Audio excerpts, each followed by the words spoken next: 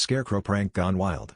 So, there we were, sitting around the kitchen table with my sister, her boyfriend Tom, and a couple of friends, casually planning our neighborhood's annual fall festival. Everything was pretty routine until someone brought up the best-dressed scarecrow competition.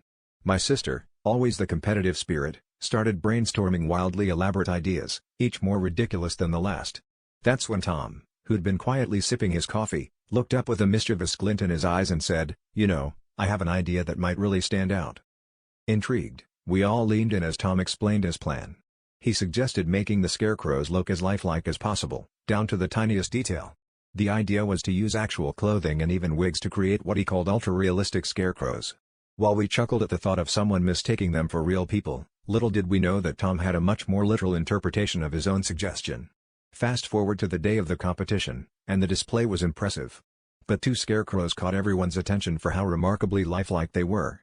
The judges were torn, unable to decide between them.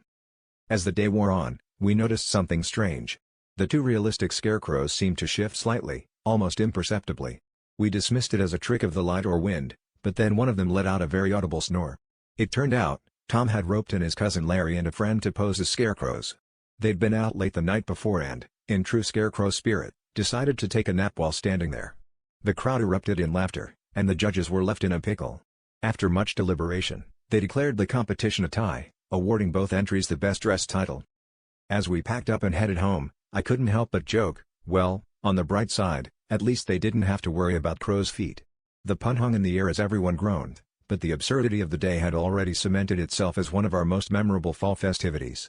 Tom, proud of his clever prank and the unexpected outcome, simply shrugged and said, "Hey, sometimes you just have to wing it."